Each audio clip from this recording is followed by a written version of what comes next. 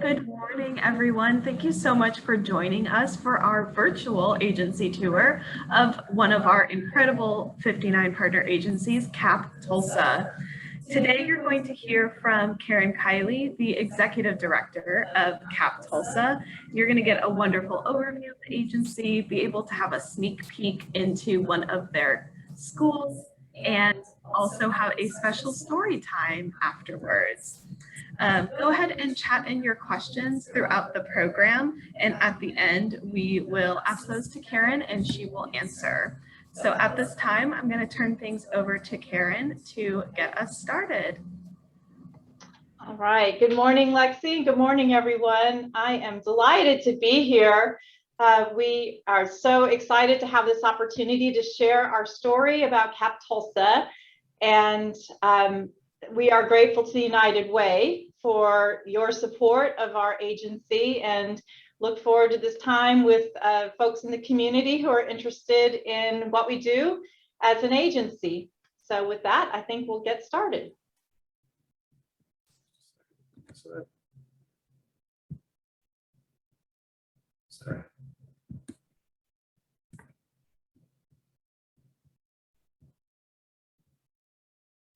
So while we're getting the slides pulled up, I'll share that CAP Tulsa is a community action agency.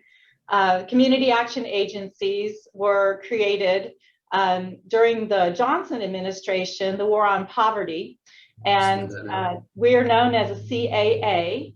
And there are many CAAs all across the country who serve their communities in different ways.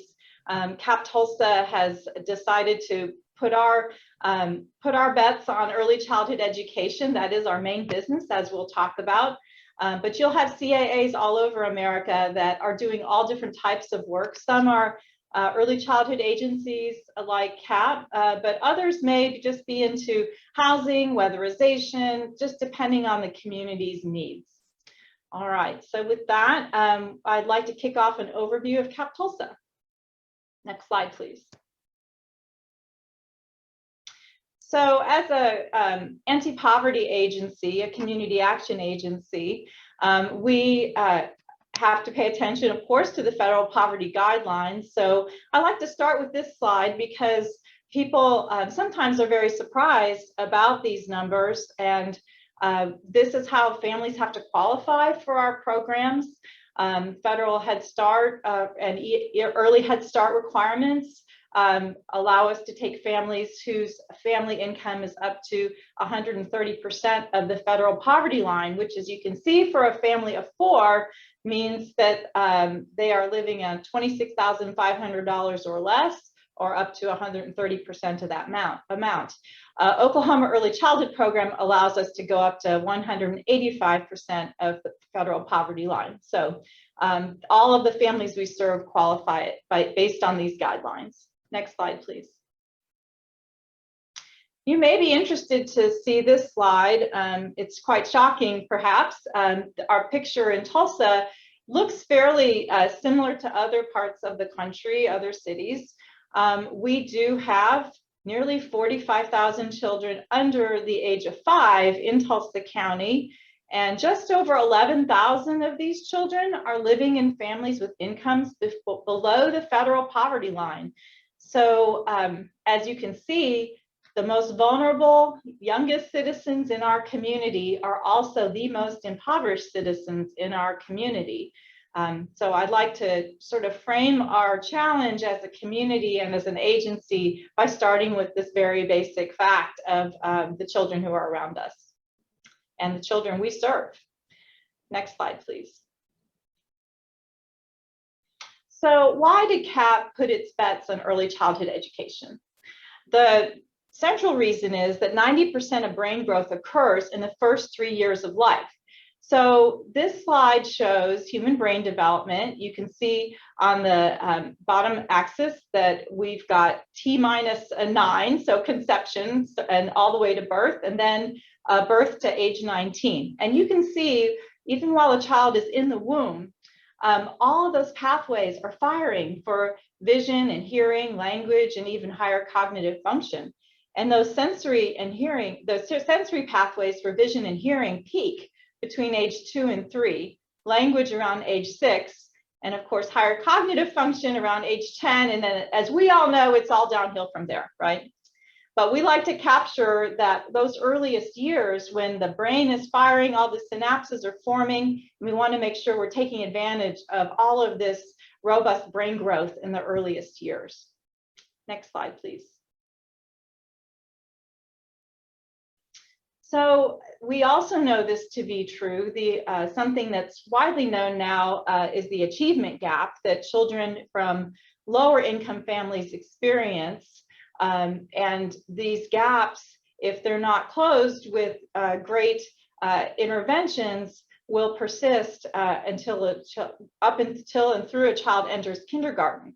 So this slide is just showing graphically that children from disadvantaged backgrounds will show up on the first day of kindergarten, statistically speaking, with lower reading, math, and general knowledge skills than their wealthier peers. And it's really this slide, this gap, that CAP Tulsa is trying to close. So if you remember one thing, it's school readiness is our goal, and not just ready for kindergarten, but ready for kindergarten and beyond. In fact, we like to think of ourselves as holding ourselves accountable to children's outcomes through 3rd grade, because that's really the time that children are learning to read, so then they can begin reading to learn. Next slide, please. So with all that background in mind, we now are going to pivot to talking directly about the agency. Our mission is to help young children in lower income families grow up and achieve economic success. And our vision is that they will do so that their children are not born into poverty.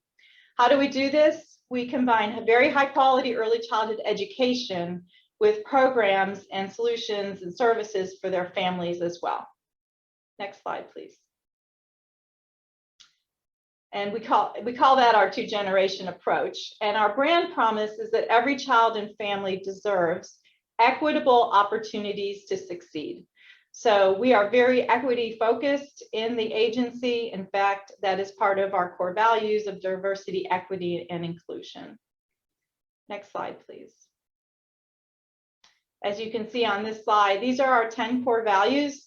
We're very proud of our values. They are not just a pretty poster on your screen or on our walls. We live and breathe and try to execute against them every single day. Equity being among them, but we take these very seriously as an organization and hold ourselves accountable to them. Next slide, please. And on that theme of equity, we have adopted as an agency, both within our early childhood programs and by our board of directors and leadership team, all children have the right to equitable learning opportunities that enable them to achieve their full potential as engaged learners and valued members of society. And that's a position statement promulgated by NACCE, which is an accreditation body for early childhood education institutions. All of our schools at CAP Tulsa are NACCE accredited. It's a rigorous process. We're very proud of this distinction. And within that, NACCE has put a spotlight focus on advancing equity, really throughout its history, but of course, most recently in this past year or so, trying to help organizations like CAP Tulsa think about how to operationalize this statement. So there are aspects of advancing equity that they have put forth for administration as well as for teachers. And all of the teachers at CAP Tulsa are doing a year-long book study on their book called Each and Every Child. And it's really helping teachers understand the diverse experiences of the children in their classrooms and how to meet children's needs individually. And it's a beautiful book with a lot of practical tips for teachers of how to connect with children from various backgrounds, along with book lists for how to make sure we're infusing culturally responsive books and culturally responsive practices in all of our classrooms. Next slide, please. So I call this CAP Tulsa by the numbers. Some of you might be very surprised to learn about the scope and scale of CAP. We do serve over 2,000 children directly year-round. About 2,000 are in our 10 schools. and the rest are in a learning at home, a home visiting program. Additionally, CAP Tulsa is the grantee for the state of Oklahoma's Oklahoma Early Childhood Program. So we have additional funding and technical assistance that we provide to 10 partners across the state to try to increase the quality of early childhood education statewide, and they are called OECP partners, and they're serving an additional 1,100 or so children. So we like to think of ourselves as reaching this broader audience beyond the kids served in our own program. We do take children as young as 6 weeks up to 4 years old. So we are really covering the whole age spectrum of early childhood. We work with not only Tulsa Public Schools, but also Union Public Schools in Sand Springs, and our schools are located in all 3 districts. CAP employs 435 teachers, highly qualified teachers with either bachelor's degrees and or many hours of early childhood education, as well as a CDA, Child Development Associate credentials. We have 12 parent educators who are trained and certified by the National Parents as Teachers Association. Our agency has about 630 employees. We're getting ready to expand that. It'll be nearly 650 into next year. That sometimes surprises folks as well. We are quite large, and our operating budget is over $61 million annually. Next slide, please. Here's the footprint of our schools across the Tulsa community. You can see that we are meeting the needs of the community north, south, east, and west Tulsa. And we do provide before and after care at most of our schools. Those are the green bubbles.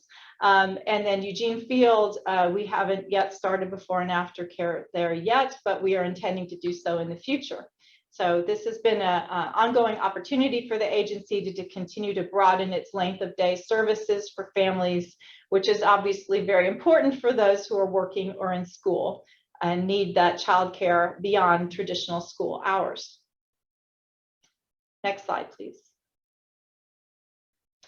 So we're very proud of this result. CAP Tulsa did receive a grant to adopt the Net Promoter Score survey tool of families. And you can see here, we did the survey 2 years ago, and we had an 87, and this scale goes from -100 to +100, so that's an extremely high score that we're very proud of.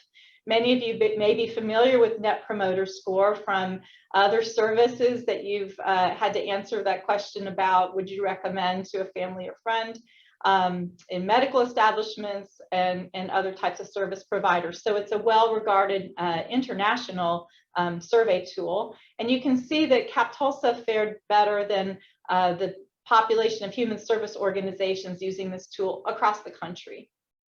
And we're very proud that families said they gave us very high marks about meeting their needs, felt like they were treated with respect, and that feeling that we had a good connection to, they had a good connection to our staff, excuse me. So we're very pleased with these results and continue to use this tool with all of our families to just gauge our success in providing excellent services to the children and families we serve. Next slide, please. So I did mention Oklahoma Early Childhood Program. I wanted to just dive into that for a minute. That was established in 2006. There is $12 million in state funding. It comes through Department of Education. And the funding is matched by 18 million, so 1.5 to 1, with private funding. The majority of that is from the George Kaiser Family Foundation. But there are other private funders who do contribute to Oklahoma Early Childhood Program across the state. I've talked about our role being a funding as well as training and technical assistance. We have a team of folks that goes out to all of these different providers to help with their professional development needs. We were able to pivot during COVID to doing a lot of that training online. And I think going into this next year, there will probably be a good mashup of both online and in-person training opportunities for those providers. And there are communities in the program in rural areas, such as Southeast Oklahoma. Hugo, Idabel, Antlers, and Broken Bow are areas that we serve through OECP. Lawton and Bartlesville, there are providers in Oklahoma City, and of course, more providers beyond CAP here in Tulsa. So, and we have just expanded the program to include training partners, we call them professional development partners now, where we're inviting further reach across the state. And we have received applications for over 11 programs to be able to join the program as a professional development partner. So we're really thrilled to expand the program, broaden our reach, and improve the quality of early childhood education experiences across the state.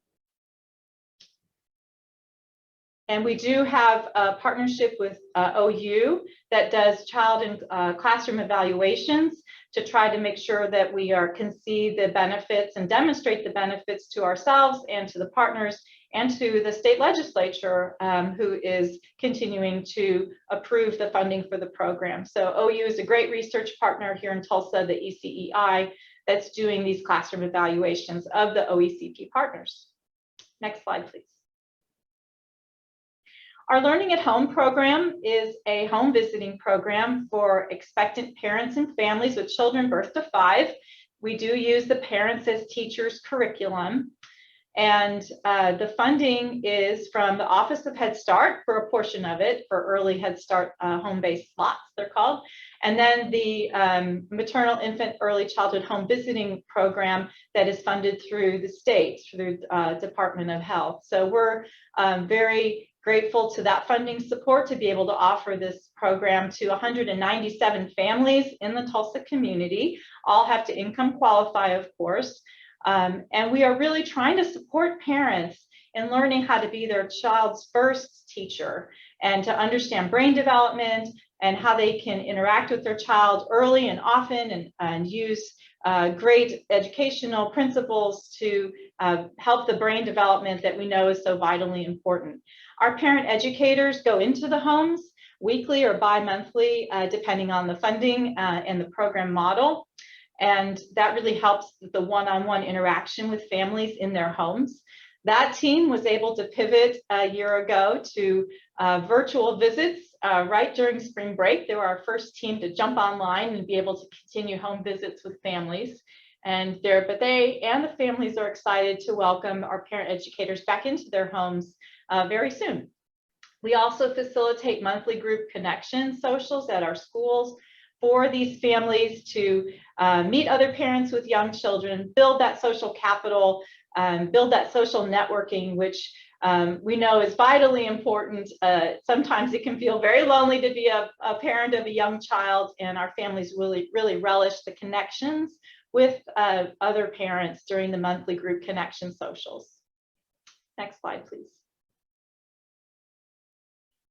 So part of our approach is this 2-generation approach I briefly mentioned earlier. So in addition to helping parents be their children's first teacher, we are also trying to help our families with their economic self-sufficiency. So our Career Advance program, we are so very proud of, that has offered coaching and job opportunities for families in Tulsa. We had over a decade of funding from the Administration for Children and Families. It was called the HPOG grant, Health Professions Opportunities Grant. That funding is ending in September, and we have been able to serve hundreds of families in obtaining different credentials in the healthcare field and begin working in that sector, hopefully in jobs that will allow them to advance further. And the program has been partnering with Tulsa Community Work Advance, another wonderful United Way agency and a close working partner of ours. And now all the coaching is done through TCW, and they have successfully more or less absorbed Career Advance into their programming. So we're very proud of this initiative that was federally funded for over a decade. Our English as a Second Language program is another stellar program that CAP offers. Around 40% of CAP families are immigrants who English is not their first language at home. So many have expressed a desire to learn English, and we didn't just plug them into an existing program. We actually worked to build what we call a contextualized curriculum. So we got families together in a human-centered design approach and asked them what they wanted to learn English for. And we felt that would be a much better motivator to create a program that met them where they are. And many initially said it was to be able to have a parent-teacher conference without an interpreter, or to be able to call a doctor, or take their child to the doctor and be able to interact with the doctor directly. So they had very real needs to be able to be parents and successful parents and of their children in their own minds. That's how they identified that. So that's how we built the program initially, was really with their needs and their intentions in mind. And then, of course, over time, as their confidence has built and they've advanced through our 4 levels that we now have of the program, they then start thinking about jobs and other education opportunities as their English confidence levels grow and they grow confident in their abilities and improve. So it's been a very successful program. We serve around 80 parents a year, and we're always seeking funding to expand that particular offering because there is high demand for it. And I would also like to say that our program is very successful vis-a-vis national models. Our data shows great rates of persistence and advancement in the way that we've approached it. We do partner with Union Public Schools to offer the curriculum to our families. We provide childcare when there are in-person classes to the children who are not enrolled in our schools, so typically younger children in the family. And we've just had a very high degree of success with our cohort model and our coaching approach to helping families move through the program. Next slide, please. I am proud to say that CAP Tulsa is a great place to work. Our leadership team has been spending years building a successful workplace culture, an inclusive workplace culture. We've applied and received a Best Nonprofit to Work For nationally, awarded by the Nonprofit Times, 7 years in a row. But most recently, we received #1 of large nonprofits nationally as the best place to work. And we are super proud of that accomplishment. It's a lengthy survey process that our HR team fills out, but also employees complete anonymous surveys about their experience as employees at the agency. So #1 large nonprofit, 11th overall nationwide. We also have been applicants to and recipients of Mosaic's Top Inclusive Workplace for 7 years, and we're a certified Healthy Oklahoma business. We believe creating a great place to work allows our employees to feel highly engaged and excited about the work they do, and that will translate to our clients. Next slide, please. We also have received national recognition for our work. You can see here we are participating in or have participated in many studies about our early childhood education program, as well as our 2-generation work that's been featured, namely Career Advance, as well as ESL. So we're very thrilled to be part of ongoing research studies to demonstrate the long-term efficacy of both our early childhood and our parent-facing programs. We have lots of national coverage on our website if you're curious to know more. Next slide, please. So with that, I would like to, we can leave room for questions at the end, I think is the plan. What I'd like to do now, since we can't be in person and do a physical visit, I'd like to show you virtually what CAP Tulsa looks like on the inside of our schools and also our parent-facing programs. So you will now see pictures from classrooms pre-COVID, no masks, but also of our Career Advance and ESL classes. So please enjoy this brief video about CAP Tulsa.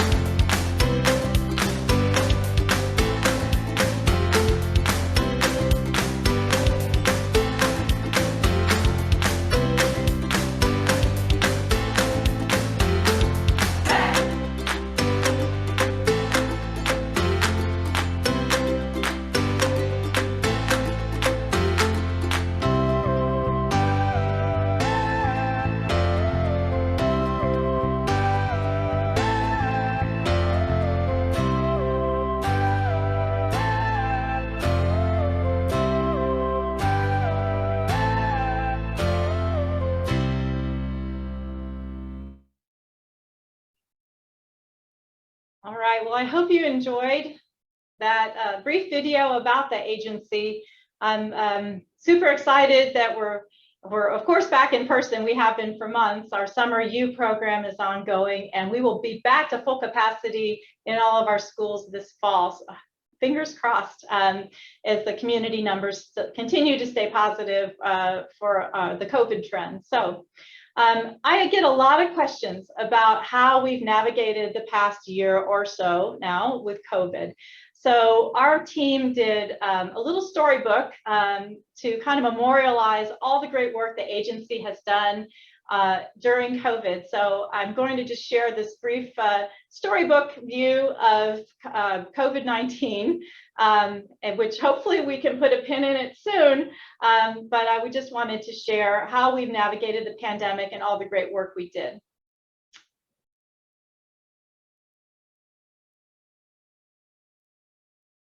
I don't think that's the first slide.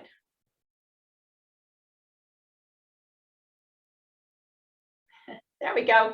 So when COVID came to town, here's our Cap Tulsa story about COVID.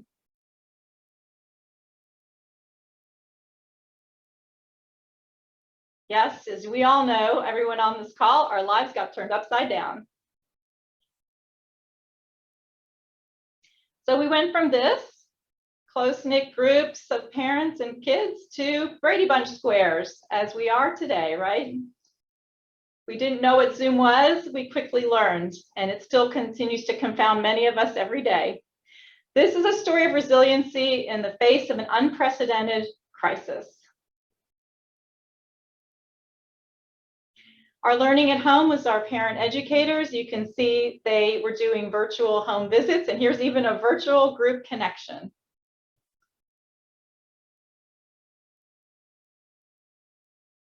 We provided family-based activities and a reading of the book, Only One You.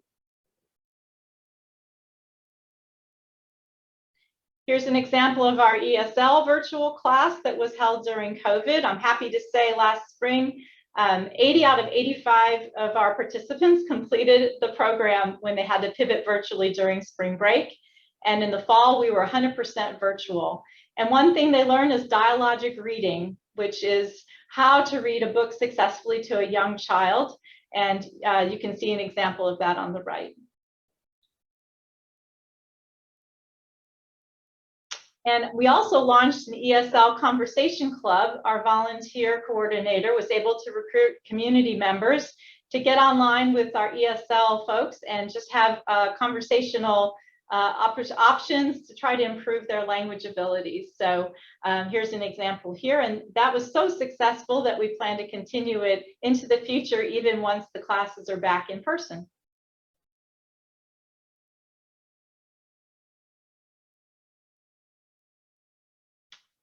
Career Advance had virtual partner meetings, whereas they used to be in person, of course. We had donated funds to be able to hand gift cards out to many of our families, including the Career Advance families.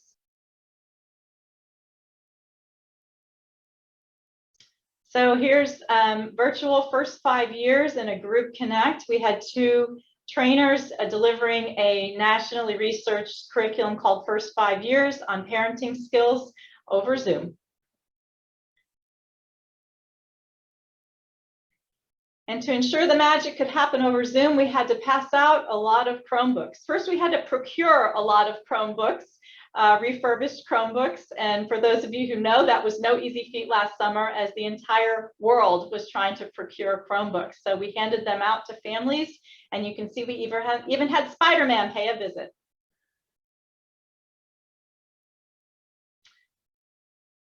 And we had multiple drive-through events. You can see the bags of food as well as learning materials that we handed out for our ESL families in this case through a drive-through event. And these are the Ready to Learn events. So all of our teachers assembled bags of learning materials that were age appropriate, that accompanied the online curriculum that they were delivering through our distance learning platform starting last September. And families were driving through, picking up bags as well as food when needed at all of our schools. Here's an example at Frost. We have provided a tremendous amount of emergency assistance. Here are some examples of what happened around the holidays and some grocery bag prep. But additionally, as of May 31st, we have given out over $550,000 in emergency assistance for groceries, diapers, rent, and utilities to over 1,000 families. And that work continues. That's sort of a new line of business for us, we'll say. We've always had a small amount of emergency assistance, but this has reached unprecedented levels and required a huge agency response to rev up the machine to be able to give out that much assistance successfully across our system. Next slide, please. And that's really the end of our COVID story, but I wanted to make sure we, because I was confident there would be questions, I wanted to make sure we covered that aspect of our work in the past year or so. So I think with that, Lexi, we are ready to pivot to questions. Absolutely. Thank you so much, Karen, for that incredible overview of all the wonderful work that CAP Tulsa is doing in our community to address the achievement gap in education from that two-generational approach that you all take, and addressing, poverty in our community as well. We have had some questions come in. So Denise is wondering, what are some ways that we as community members can support the work that CAP Tulsa is doing?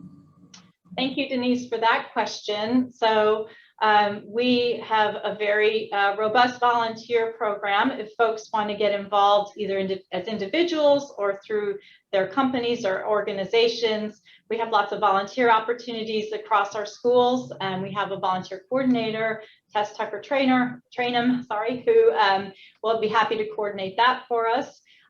We also welcome donations, of course, to the agency. I mentioned how large we are, but that funding is going to mostly operate our 10 schools and serve those kids every day. And so to really help with some of the innovative ideas our team has and some of the extras, like culturally responsive books, we're always willing to take donations online. Absolutely, thank you. And then Allison was wanting to know if there's anyone on this call or folks who, are in our circles who are considering applying for an opening as a CAP teacher, what would be your best sales pitch to have them join the CAP family and such an important career path for our state? Thank you for that question, Allison. Of course, as we all know, the education profession has really taken a hard hit, especially in this state, over the past several years. So CAP Tulsa is always looking for qualified talent. I'd say what makes us a especially good place to work as a teacher, if one has a passion for young children, we do provide excellent training and tuition assistance up through bachelor's degree levels. So if people want to further their education with us, come to CAP. We also have excellent ongoing professional development. We have an excellent teaching and learning team. So folks who want to advance their abilities as teachers, improve their practice, CAP Tulsa is the place. We also have very competitive compensation and benefits. We know this through our own surveying of the community, but also, of course, through our best nonprofit work and our employee satisfaction survey, we call our Pulse survey. We continually ask questions about that, so I can say that with confidence as well. And we have a great workplace culture, and I think I can say that with confidence too by the different awards we've received. So come work for us. It's a great place to be, and it's a great place to grow. Thank you for sharing all of that, and congratulations on all of the amazing accolades and awards and survey responses that you've been receiving in recognition of the work that you do. In a similar line, a different Allison on the call is wondering what other local and national comparative data points do you use to assure that you know exactly how you stack up as a quality organization to make sure you keep that bar high? Allison, thank you for that question. So data-driven decision-making is one of our core values. It is very much central to everything we do at CAP Tulsa. So all of our children are measured on their learning outcomes by their teachers. So for formative assessments in the classrooms to help inform practice, we compare those results to other organizations nationally to know how we're doing. We also have a partnership again with OU, Early Childhood Education Institute. They are doing a child achievement research partnership with us to use norm reference, so national norm reference data, to make sure we know where our kids are on learning both their cognitive skills, so literacy and math, as well as social emotional learning, which is very measurable. It might surprise some, very measurable down to very young ages, as young as 2. So we can see how well our program is faring vis-a-vis other Head Start providers and other high quality early childhood providers, both in our community and across the country. We're using an assessment called ELQA, the Early Learning Quick Assessment, that is something that is being advanced by our state Department of Ed. TPS is using that in their preschool as well. We provided some technical assistance to them actually, but we're comparing our results too to make sure that our kids are truly moving along that continuum to school readiness, that where we want them to be when they enter kindergarten. And then I would say on our ESL program, as well as our Career Advanced program, we do have peer data and national reference data to see how well our programs are performing, what are opportunities for improvement.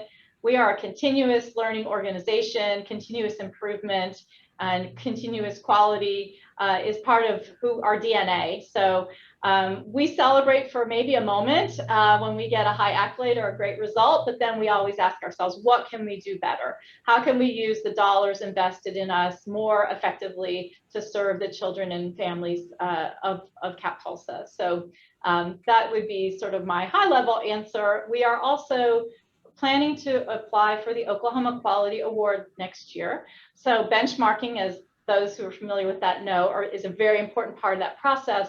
So we are now continuing to look for other types of benchmarking data for the processes that we haven't yet seen how we stack up against other organizations nationally. Absolutely. Thank you so much. Daisy is wondering, to what extent will you all continue to meet more basic needs once COVID starts to recede and maybe be in the rearview mirror a little bit? You mentioned that you're going to be continuing some more emergency assistant programming. What exactly is that going to look like? Well, Daisy, I feel like you were in our leadership team meeting yesterday asking that question. So that is a great question. I think it's fair to say, while maybe the incidence of the infection rates is receding, thankfully, and people are getting vaccinated, thankfully, the effects of COVID, particularly on the population we serve, we fear will be felt for a long time to come. And by that, I mean, those who lost jobs may not be able to get them back as quickly. We've had lots of folks with rent and utility assistance needs that I think will most definitely persist at least through the end of this year. So we've received funding from the Office of Head Start, as well as Community Service Block Grant funding, which those are federal sources, as well as private foundation funding. We also received some Tulsa County Reset dollars. So we've been funded fairly well to this point to continue to be able to offer emergency assistance. We are planning on a high level of need through December 31st, but I do continue to fundraise for that purpose because I believe this will be part of the work we continue to do into next year and beyond as families try to recover and stabilize, and we make sure that we have a good platform to continue to meet those emergency needs. Of course, we do get some assistance from United Way for emergency assistance. We always have, but we've seen the need far eclipse the level of that funding, and I project that will continue for the next year or so, maybe even 18 months. Absolutely.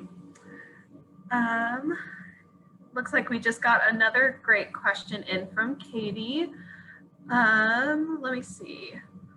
What are your thoughts on some of the biggest structural and systemic challenges that CAP families face? Is it affordable housing, lack of access to high-paying jobs, past justice involvement, anything else that might be those intersecting systems of inequality in our community? What are you seeing in your families? Yeah, Katie, thank you for that question. So we serve a very large number of folks, right? Over 2,000. So I would hesitate to try to characterize them in one way. We've long learned that we have to approach the issues of poverty and that families face and what that means for them in numerous ways, and let them be the guide, let them be the experts on their lives.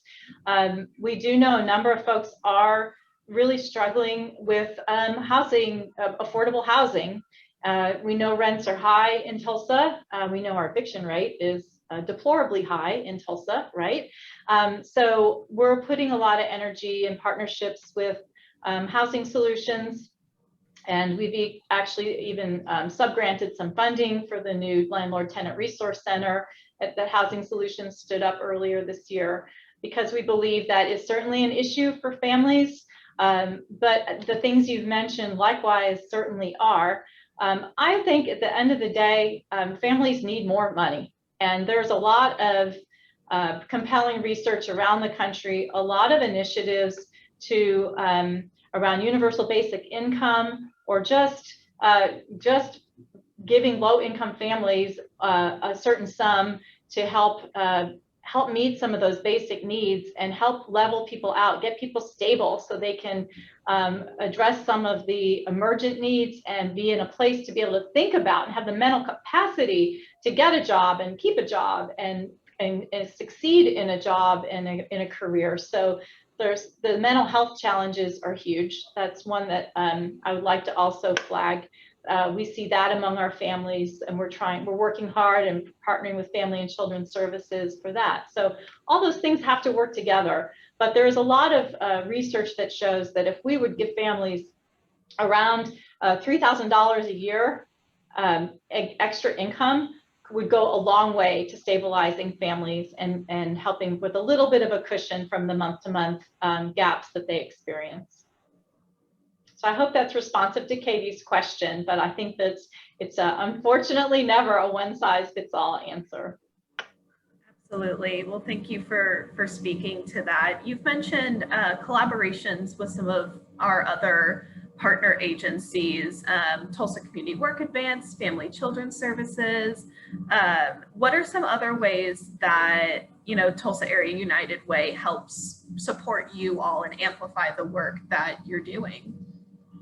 Well, we do have great partnerships with many of the United Way agencies, and we have Family and Children's is the primary way that we connect with our families. They are embedded at all of our schools, family support staff that is, as well as behavioral health specialists, and they can surface needs with families using our annual survey or assessment that they do with families to try to lift up what their emergent needs are, whether it's housing or transportation or adult health or mental and physical health, mental health, and help them set goals in those areas. And out of that, they're able to refer to other partner agencies depending on what those specific needs are. So we enjoy close relationships with many nonprofits across the community. We know what our strength is, we know what our sweet spot is, and we know that the best way to meet the people's needs is not to do it ourselves, but to find the people that are doing that work in an excellent way. So really want to lean into other strengths and inform those partnerships, and they really are all areas in all areas of the spectrum and all different social service domains. So too numerous to mention, but I'd say we really strive to be open-minded about a way we can partner for the health and well-being of both the children and the families we serve. Absolutely. And at United Way, we love being able to foster those connections and that collaboration because we truly do our best work when we're all working to our strengths and working together. One more question that I want to make sure that I ask in case there's anyone on this call who would benefit from CAPS services or know someone in their circles who would benefit. What should be somebody's first step if they have heard about your program and think that they would be a good fit? So log on to captulsa.org.